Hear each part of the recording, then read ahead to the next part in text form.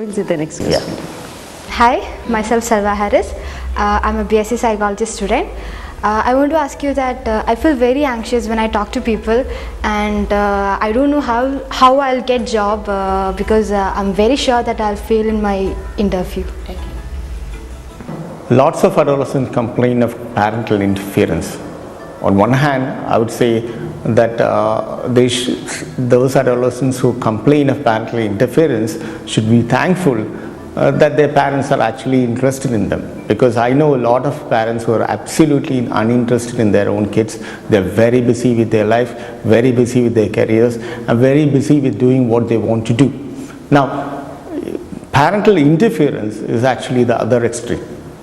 When you have parents who interfere, remember that in a lot of occasions they are interfering for very genuine things. They're interfering out of concern. But sometimes, because of parental anxiety, they may end up interfering in very trivial things. It's very important for you to listen to them. And if they are interfering on trivial things, it's important for you to discuss these issues with them, try to find out why they are anxious about these issues, and probably talk very frankly with them and tell them what you are up to and what you are actually doing. And always remember, one of the reasons why parents get anxious is when you come up very, very late, and probably given the fact that the environment, whether it's in Kerala or in Delhi or Bombay, is not very conducive or very safe. It might be better for you to inform them prior where you are, with whom you are, and when you are likely to come back. And when you actually tell that, remember, you should actually tell them the truth, because if they find out that you are lying, then their anxiety will probably increase to an extent that they will not let you go anywhere. But parental anxiety and parental interference should be seen in a more positive way than what adolescents actually view. Okay. Doctor, we have got a mail. I'll just see. Doctor, my friends use drugs. They insist that I also use it. What should I do? I think this letter is from Ernakulam. He has not mentioned his name. I think it's a very, very common problem. If you really look at our schools and colleges, drug and alcohol use has become very rampant. And lots of adolescents face this problem. It's a very, very pertinent question.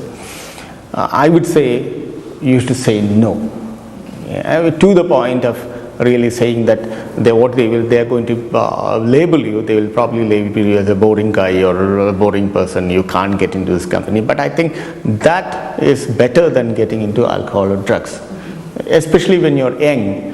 When you're maybe below 21, if you start using drugs, then the risk for addiction is very, very high.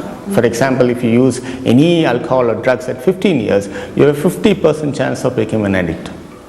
But if you start using by 21, the risk will reduce to 10%. That's a very proven fact. That is the reason why everyone says you should not take alcohol below 21.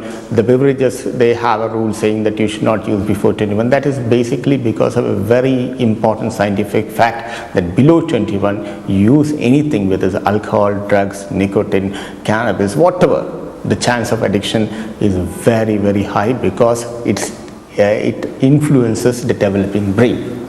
Okay, so if someone is using alcohol, try to talk to them, tell them that this is not the way it has to go. If they don't include you, be happy they're not including you. It's better to be their enemy rather than using drugs. I would say no, any day, any time. Like we have heard many of them saying, it's just for occasional drink. Everyone starts on an occasion. When you're 15, it's not that you start drinking every day.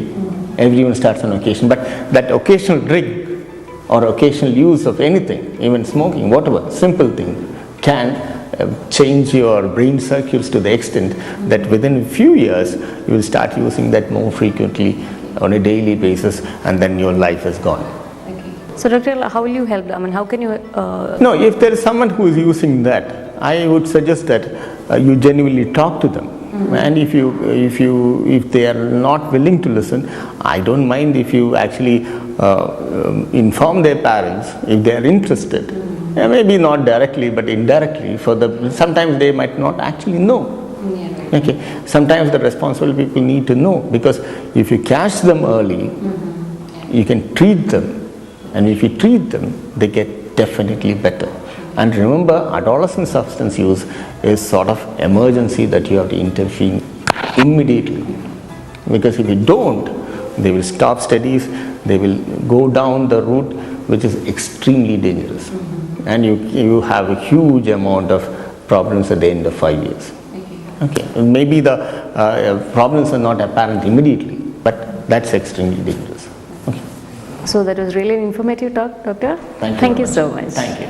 That's all for today. Write your suggestion to us. Our email ID is youthdiary@gmail.com. Bye-bye.